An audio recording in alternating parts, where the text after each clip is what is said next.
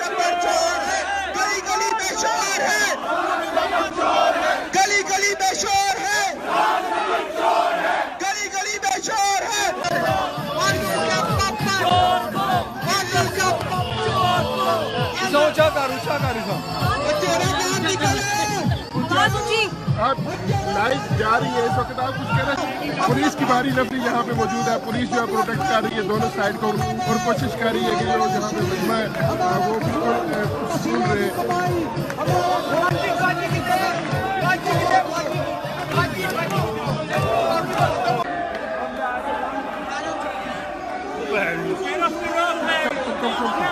क्या हो गया? जी बिल्कुल, हम जैसे कि बात गाय बगाए आप बात भी कर रहे हैं, आप लोगों के तासरात भी सुना रहे हैं, दोनों पार्टियों के वर्कर के तासरात भी सुना रहे हैं। हमारे साथ यहाँ पे मीडिया बड़े